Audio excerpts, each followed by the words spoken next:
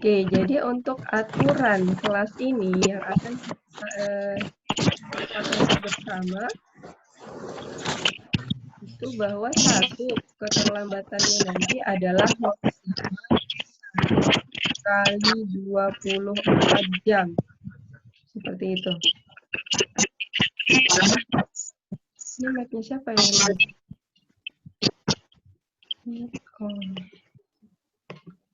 Oke. Nah, jadi keterlambatannya maksimal 1 kali 24 jam. Misal, saya kasih tugas.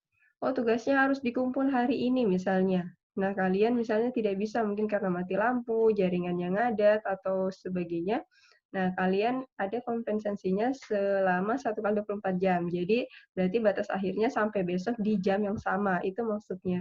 Kemudian, tidak ada remedial. Nah, perhatikan untuk di kelas saya, khususnya ini logika informatika kelas C, tidak ada remedial untuk ujian apapun, ujian UTS, ataupun ujian finalnya nanti. Jadi, kalau misalnya untuk ujian, silahkan belajar baik-baik.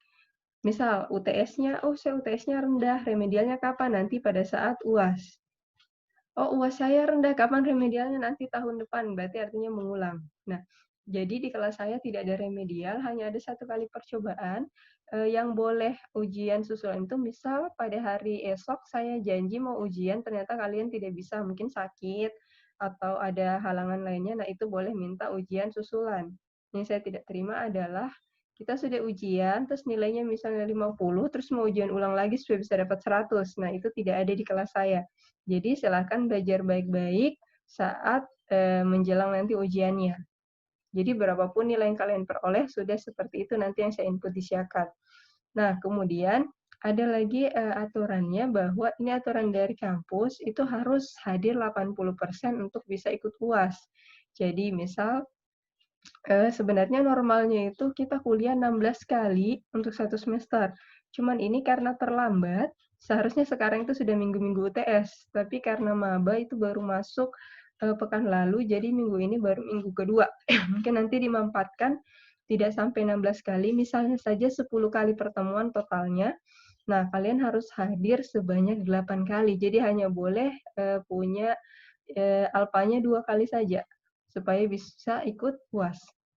Nah, untuk ini yang kalian pakai kelas grupnya itu silahkan pakai WhatsApp. Jadi, apapun yang ingin kalian tanyakan terkait kuliah ini, tanyakan di grup WA-nya. Yang boleh nanti misalnya mau nanya japri ke saya, silahkan ketua kelas. Yang lain lewat grup saja, supaya ini, karena pesan yang masuk di WhatsApp itu banyak, jadi saya susah kontrolnya kalau misalnya semua nanyanya lewat japri. Tapi kalau di grup, itu saya akan baca dengan baik. Jadi kalau misalnya ada yang kalian mau tanyakan, tugas tidak ditahu, kalian mau izin, dan sebagainya, silahkan lewat grup WA. Atau kalau misalnya tidak mau, bisa hubungi ketua kelas. Nanti ketua kelas yang sampaikan ke saya. Seperti itu. Kemudian untuk nilainya bisa dilihat bahwa ini presentasinya. Yang lihat di sebelah kanan, tunggu saya aktifkan spotlight-nya biar enak. Oke. Nah, ini lihat untuk presentasi nilainya. Jadi, kalian hadir terus, itu ada nilainya 10%. 10% untuk nilai akhir. Nah, terus nanti kalau ada kuis, itu nilainya 10% juga. Tugas-tugas yang saya berikan itu nilainya 10% juga. Nah, yang besar tuh di dua ini, UTS sama UAS. UTS-nya nanti 30% dan UAS-nya 40%. Ini semua kalau di total 100%. Inilah nilainya kalian nanti di akhir semester. Jadi nanti jangan tanya, Bu, kenapa nilai saya B, kenapa nilai saya C? Jadi nanti tuh kalau kuliah bukan kayak SMA. Jadi kan kalau SMA tuh nilainya 89, nilainya 90, seperti itu. Nah, kalau kuliah kita tuh nilainya hanya ada 5. A, B, C, D, dan E. Ada semua rentangnya. Kalau saya tidak salah ingat, yang A itu adalah yang dapat 85 ke atas. Kalau saya tidak salah ingat, rentangnya seperti itu. Jadi itu semua diproses oleh Syakat. Jadi nanti nilai yang muncul di Syakatnya kalian hanya ada huruf. Mau dapat 100, mau dapat 85, sama-sama tertulis di Syakat adalah A. Seperti itu. Jadi itu bedanya kita belajar di kuliah untuk nilai kuliah sama nilai sekolah dulu. Oke, untuk perhitungan nilai akhirnya seperti ini. Jadi semuanya dijumlah sesuai totalan masing-masing. Namun kalau saya pakai penilaian yang namanya variabel A. A ini apa? Saya lihat dari kerapiannya kalian. Misal pada saat kuliah seperti ini rapi tidak? Jangan sampai dia baru bangun tidur langsung ikut kuliah. Atau dari etikanya. Nah, bagaimana kalau sekarang nih kita tidak ketemu langsung, jadi saya menilainya dari percakapan WhatsApp-nya kalian, di grup kelasnya kalian, di grup angkatannya kalian. Saya join juga tuh di grup angkatan. Nah, saya lihat-lihat di situ. Yang mana yang masuk ke kelas saya, bagaimana dia interaksi dengan teman-temannya, bagaimana dia interaksi dengan dosen. Seperti itu. Jadi itu semua masuk dalam penilaian saya. Nah, kalau misal kalian nih dapat 100 terus, hadirnya lengkap, kuisnya 100, tugasnya 100, UTS UASnya 100, tetapi saya dapat nilai etikanya kalian tuh buruk, maka semuanya dikali dengan 0. Karena nilai etika itu hanya ada 2. 1, jika baik dan buruk, 0. Jadi nanti kalau misalnya kalian pintar sekali di kelas, UTS UASnya bagus terus, tetapi pas cek siakat dapat error, berarti ada catatan di saya bahwa saya menemukan kasus kalian kurang baik berkomunikasi misalnya. Atau kalian buat masalah di kampus misalnya. Seperti itu. Jadi itu yang jadi poin catatan kalau masuk di kelas saya. Karena saya mau mahasiswa yang selesai lulus dari kelas saya bukan hanya cerdas, tapi juga santun, sopan, beretika, seperti itu. Ya. Jadi itu sekarang sudah saya kasih kontrak kuliahnya. Kalau misalnya yang tidak sanggup, saya tidak mau sopan-sopan, saya tidak mau etika, boleh nanti ubah KRS-nya pindah ke kelas lain. Atau kalau misalnya tidak mau ikuti peraturan ini. Seperti itu. Terus selanjutnya, nah ini akan kita bahas selama 1 semester. Jadi pengantar yang untuk slide ini akan kita bahas, kemudian nanti akan ada kita bahas logika proposisi, predikat, himpunan, relasi dan fungsi, dan terakhir adalah aljabar boolean. Sebenarnya mata kuliah ini nanti mengarahnya ke metode numerik, ke aljabar linear, pokoknya yang berhubungan dengan matematika. Tetapi matematika di bidang ilmu komputer, di bidang informatika, makanya namanya logika informatika. Logika apa saja yang bisa kita pakai untuk di bidang informatika. Itu intinya kita mau belajar. Jadi kita mau belajar bagaimana berpikir secara logis, pakai aturan-aturan logika dalam ilmu komputer. Nah, tujuannya seperti ini. Jadi ini yang harus kita capai nanti di akhir semester. Bagaimana kita menyelesaikan permasalahan logika informatika, kemudian meningkatkan kemampuan berpikir secara rasional, terus nanti kita mau belajar ini juga transformasi fakta berlambang. Nanti tuh, jadi ada fakta, kita simbolkan dengan sebuah variabel. Itu yang namanya berlambang. Nanti itu di akhir-akhir kita lihat seperti apa. Ini nanti yang diharapkan kalian punya apa setelah kuliah ini.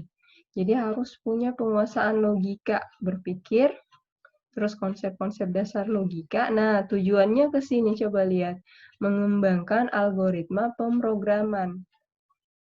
Tadi nih, oh saya mau masuk ilmu komputer karena mau pekerjaannya bagus, peluang kerjanya bagus. Ingat, di ilmu komputer, kalian bisa kerja kalau kalian jago ngoding, jago buat program. Nah, jago buat programnya bagaimana? Kalian harus latih logikanya kalian dalam bidang ini, algoritma pemrograman. Nah, jadi kalau yang niatnya nih, yang niat, oh saya masuk ilmu komputer, saya mau cari kerja, ujung-ujungnya tuh kalau ilmu komputer, sarjana komputer, kalau mau betul-betul kerja di bidang komputer, kalian harus jago di bidang ini, pemrograman. Jadi mulai diasah dari mata kuliah ini, bagaimana berpikir secara logis. Seperti itu. Jadi ini nanti yang akan antar kalian untuk masuk ke mata kuliah selanjutnya yang namanya algoritma pemrograman. Kalian coding di situ, kalian buat program. Seperti itu. Nanti diajarkan bahasa pemrograman itu yang seperti apa. Oke, ini tentang saya. Oke, ini materinya. Jadi kita bahas dulu pengantarnya logika dan informatika. Nah, simpelnya seperti ini. Kalau bahas logika informatika itu apa? disiplin ilmu yang mempelajari transformasi data maupun informasi pada mesin. Jadi ini yang harus digarisbawahi, nah, pada mesin. Di sini dalam artian nanti kita akan bermain-main dengan komputer yang berbasis komputasi dengan penalaran, kita nalar, kita berpikir secara logis sehingga didapat suatu kesimpulan atau konklusi. Jadi nanti kita diajar bagaimana kalau misalnya kita punya data, kita akan buat sebuah kesimpulan, itu harus ada tahap-tahapnya, harus ada prosesnya. Jadi tidak serta-merta saya kasih kasus misalnya, oh hari ini kita kuliah jam sekian, langsung ditarik kesimpulannya, oh kesimpulannya masuk. Tapi harus ada prosesnya, harus ada tahap-tahapnya seperti itu. Harus ada algoritmanya. Oke. Nah, kita lihat pengertiannya satu-satu karena tadi ada dua kata, logika dan informatika. Kita lihat dulu dari sisi logika. Logika itu berasal dari bahasa Yunani, yaitu logos. Nah, logos itu artinya ilmu pengetahuan yang mempelajari prinsip-prinsip penalaran argumen yang valid. Jadi tidak boleh hoax. Harus valid, harus sah, harus akurat. Tidak boleh hanya berdasarkan asumsi saya. Gitu. Terus kalau dalam bahasa Inggris itu disebut dengan logics. Logics itu terjemahannya adalah bisa berupa kata, word, bisa berupa kalimat, speech, apapun yang kita ucapkan, apapun yang kita pikirkan, atau sebuah alasan seperti itu. Nah, karena banyak nih, misal di sini nanti kita punya pendapat beda-beda. Saya pendapatnya lain, terus Roni lain, terus Fardian lain, terus Rusmi lain juga. Nah, tetapi yang mana yang valid? Itu susah.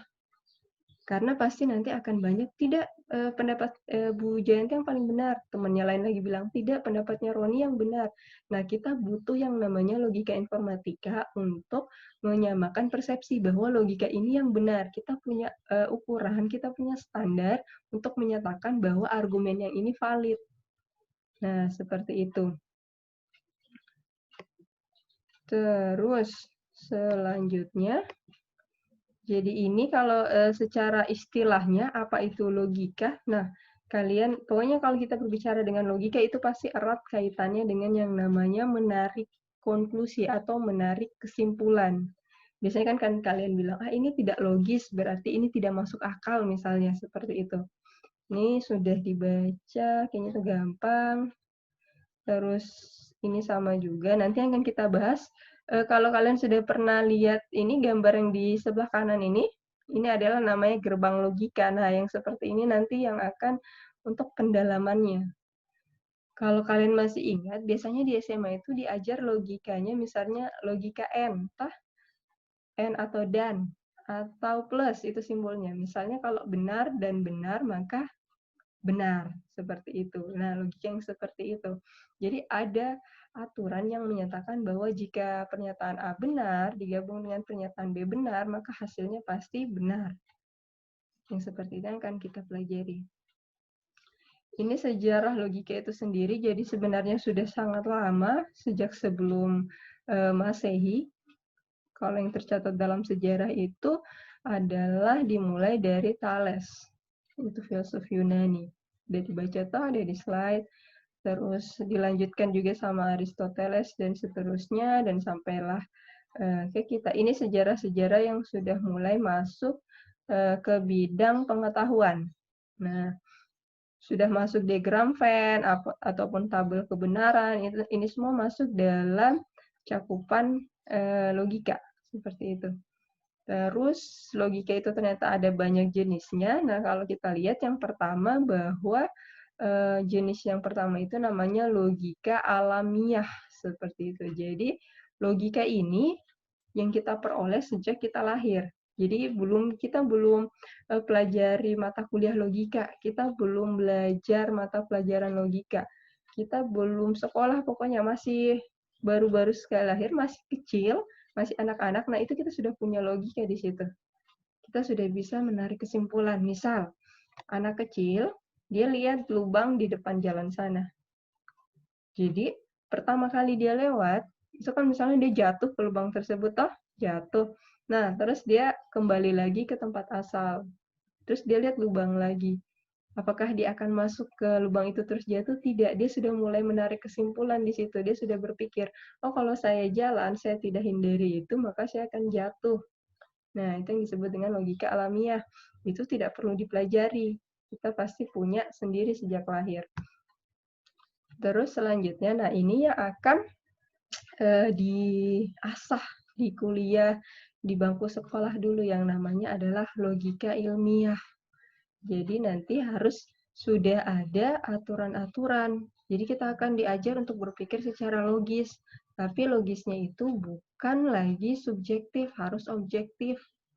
Oh, ini disebut dengan logis karena ini. Seperti itu. Ini manfaat logika, bisa dibaca nanti. Ini manfaatnya. Nah, tadi logikanya sudah, terus kita lihat sekarang adalah informatikanya. Nah, informatika ini sudah saya bilang tadi, dia adalah nama lain dari ilmu komputer. Jadi, kalau kita belajar tentang informatika, ini cakupan-cakupannya coba lihat, di dalamnya ada ilmu komputer, ada ilmu informatika, sistem informasi, dan sebagainya. Nah, kalau misalnya nanti ini akan kita pakai, jadi kita belajar logikanya, tetapi kita akan implementasikan untuk dunia informatika. Terus ini tadi gabungannya sudah. Ini istilah lain yang akan kita pelajari nanti. Jadi ada yang namanya premis. Jadi nanti tuh kalau ada sebuah pernyataan, itu istilah lainnya adalah premis. Kemudian ada yang namanya argumen. Jadi kita mau mencari apakah kesimpulannya itu benar atau tidak, seperti itu. Jadi kita dikasih dulu banyak pernyataan. Nanti usahanya kita untuk menarik kesimpulan dari pernyataan atau dari premis-premis ini, itu disebut dengan argumen. Dan hasilnya itu disebut dengan konklusi. Kalau misalnya biasa kita menulis artikel ilmiah atau karya ilmiah, premis atau pernyataan itu adalah latar belakangnya. Terus argumen itu adalah metode penelitiannya. Nah, ini kesimpulannya, konklusi yang ada di bab terakhir biasanya. Jadi, kita punya dulu pernyataan. Pertanyaan 1, misalnya, mahasiswa A mendapat nilai 80. Terus premis yang kedua, misalnya mahasiswa B mendapat nilai 70. Lalu saya lakukan argumen. Saya mau cari tahu bagaimana daya serap mahasiswa di kelas ini misalnya. Nah, nanti dari situ saya bisa tarik kesimpulannya, konklusinya. Oh, ternyata di kelas ini mahasiswanya bisa mendapatkan nilai A semua, nilai di atas 80 semua, seperti itu. Jadi nanti yang akan kita bahas adalah bagaimana menarik kesimpulan dari pernyataan yang sudah diberikan sebelumnya. Ini yang hadir di Zoom ini ada yang belum kumpul tugas? Atau sudah semua? Saya belum ini. Sudah semua ya? Kalau misalnya sudah, saya cross check. Kalau misalnya belum, saya perpanjang lagi waktunya. Ya, silahkan. Siapa? Haswin, saya belum, Bu. Oh, Haswin. Kenapa belum kumpul tugas, Haswin? Waktu itu, Bu, saya belum tahu. Oh, belum tahu. Oke, saya perpanjang Tugas, lagi. kalau ada tugas. Oke, 1 kali 24 jam. Nah, Haswin, jadi besok, sampai besok di jam yang sama. Ya, jadi saya Ya, besok Bu. ngerekap siapa-siapa yang belum kumpul tugas. Ada lagi selain Haswin? Iya, Bu. Sudah semua. Ode Wulandari. Siapa? Ode Wulandari, Bu. Ode Wulandari. Belum juga.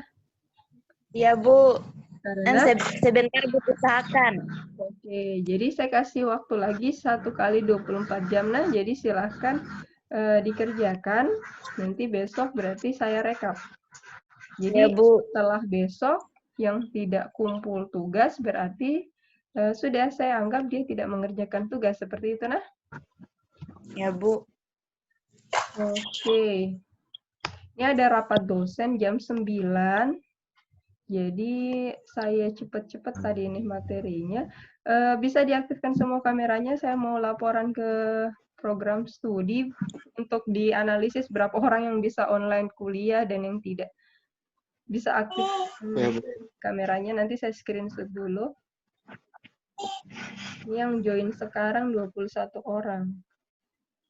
Oke, kita tunggu semua aktifkan. Lagi 3 orang. Siapa yang belum? Fahri, Zauki, Fahri dan Zauki yang belum.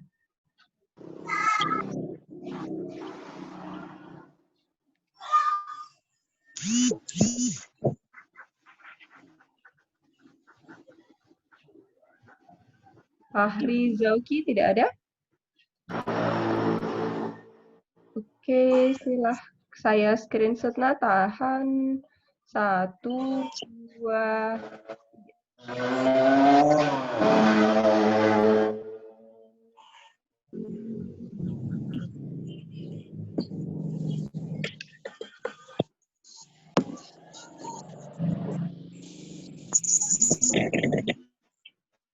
Udah aktif ya? Tunggu, kalau gitu saya ulang lagi.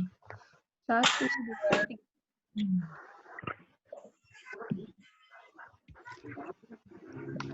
Oke, jadi gini, tadi di awal kita sudah pengenalan beberapa teman-teman, tapi ada juga yang belum.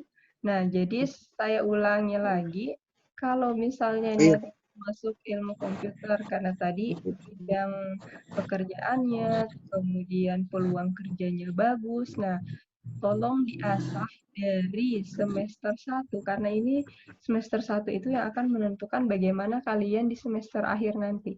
Kalau kalian sudah mulai malas-malas di semester 1, itu nanti malas-malas di semester akhir. Jadi kalau misalnya saya mau ini saya kuliah di ilmu komputer karena saya mau kerja di bidang ilmu komputer, berarti tadi saya bilang tidak jauh-jauh dari yang namanya programmer. Nah, nanti selesai ini, jadi saya nanti tutup jam 9 karena mau rapat. Jam 9 itu silahkan kalian gunakan paket datanya kalian silahkan googling, cari mau jadi programmer itu bagaimana, yang namanya programmer itu bagaimana. Silahkan kalian lihat gajinya programmer itu sebesar apa, supaya kalian tambah semangat untuk kerja. Jadi, orang-orang yang masuk di ilmu komputer tapi tidak tahu pemrograman, tidak bisa ngoding, itu susah nanti. Jadi kalau misalnya saya mau masuk di ilmu komputer, saya mau jadi eskom, terus nanti misalnya tujuannya adalah supaya bisa pakai komputer, berhenti di situ. Jadi pakai komputer tuh bisa ngetik, bisa memprint, sebatas itu. Nah itu tidak masuk dalam pemrograman yang saya maksud. Jadi kalau misalnya, oh saya mau jadi seorang programmer, kerjanya di bidang pemrograman, berarti nanti kerjanya kenalan sama bahasa program. Nah, kalau misalnya yang ini, yang betul-betul serius, mau menekuni pemrograman, nanti kalian buat kelompok-kelompok kecil, siapa yang betul-betul sungguh-sungguh mau belajar, yang tekun, nanti kalian buat grupnya, terus tim, kalau memang sama-sama mau semangat itu, nanti bisa hubungi saya. Jadi kita sama-sama belajar untuk bahasa pemrograman. Jadi saya mau betul-betul bina dari semester 1 ini. Saya mau lihat ilmu komputer di Buton Tengah itu ada produknya yang bisa kita kasih lihat di USN Kolaka yang di pusat, kita di Buton Tengah bisa bikin ini loh gitu. Jadi kalau misalnya ada yang semangat nih, yang tadi niatnya, oh saya mau masuk ilmu komputer karena peluang kerjanya bagus, silahkan. Jadi kita asah sekarang, mulai dari semester 1-nya kalian semangat belajar ngoding, nanti saya kenalkan dunia ngoding itu seperti apa, terus kita buat produk. Saya kasih contoh kalau dari tadi nggak terbayang kalau ngoding buat program itu seperti apa. Jadi orang-orang yang buat aplikasi, misal aplikasi ini yang sekarang kita pakai, aplikasi Zoom, atau aplikasi-aplikasi yang ada di handphonenya kalian. Misal kalian lihat Tokopedia, kalian lihat Lazada, Shopee, itu semua aplikasi yang dibikin oleh programmer. Nah, itu nanti kerjanya kalian, kalau misalnya kalian mau menekuni bidang ini. Kalian buat program dulu, kecil-kecilan dulu di kuliah. Nah, nanti ketika selesai dari kuliah, kalian kembangkanlah jadi produk yang besar, sebuah aplikasi seperti itu. Gitu nah. Jadi kalau misalnya, oh saya betul-betul mau serius, saya mau tekuni bidang ilmu komputer ini, silahkan nanti kalian cari tim, siapa nih yang solid, yang bisa kerja bareng, nggak boleh malas-malasan, mumpung sekarang nih kuliahnya lebih santai. Karena kan kuliahnya online, jadi kalian bisa betul-betul menggali apa yang kalian suka. Sekarang tuh saatnya mencari hobi. Di masa pandemi itu cari hobi. Nah, kita orang ilmu komputer cari hobi yang bermanfaat.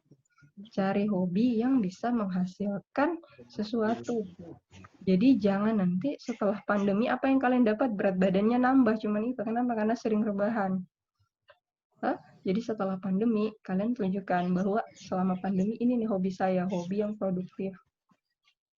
Seperti itu. Oke, jadi kalau misalnya ada yang mau silahkan bentuk kelompok, nanti hubungi saya. Kita mulai jadi di luar kelas. Jadi nanti saya mulai siapkan kalian untuk belajar pemrograman. Nanti ada mata kuliahnya sebenarnya, tapi kita akan start lebih awal biar kalian lebih mudah untuk paham. Jadi sebenarnya saya mau ini, soalnya kalau yang seniornya kalian tuh yang 2018 di Kolaka itu belum terorganisir. Jadi kita belum ada bentukan mana nih grup-grup yang bisa ngoding seperti itu. Karena kan kita ini Ilkom baru tahun ketiga. Toh? Jadi kita buat program yang seperti itu. Karena ini sebenarnya mau akreditasi juga. Jadi program studinya kita, jurusan kita itu mau akreditasi. Salah satunya itu. Jadi mahasiswanya harus berkarya biar nilainya bagus. Akreditasi tujuannya apa nanti ketika kalian lulus, di ijazahnya kalian itu harus ada pendampingnya. Jadi kalau misalnya kalian mau melamar kerja, program studinya kalian harus berakreditasi baik juga. Apalagi kalau misalnya mau PNS misalnya. Nah, itu kalau tanpa akreditasi susah. Nah, jadi sekarang kita sama-sama berkarya supaya akreditasi program studi baik.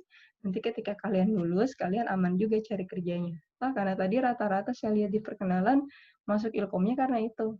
Banyak peluang kerjanya. Nah, jangan sampai tujuannya kalian masuk ke sini nanti terhalang oleh akreditasi. Karena sampai sekarang prodinya kita belum terakreditasi. Seperti itu. Jadi,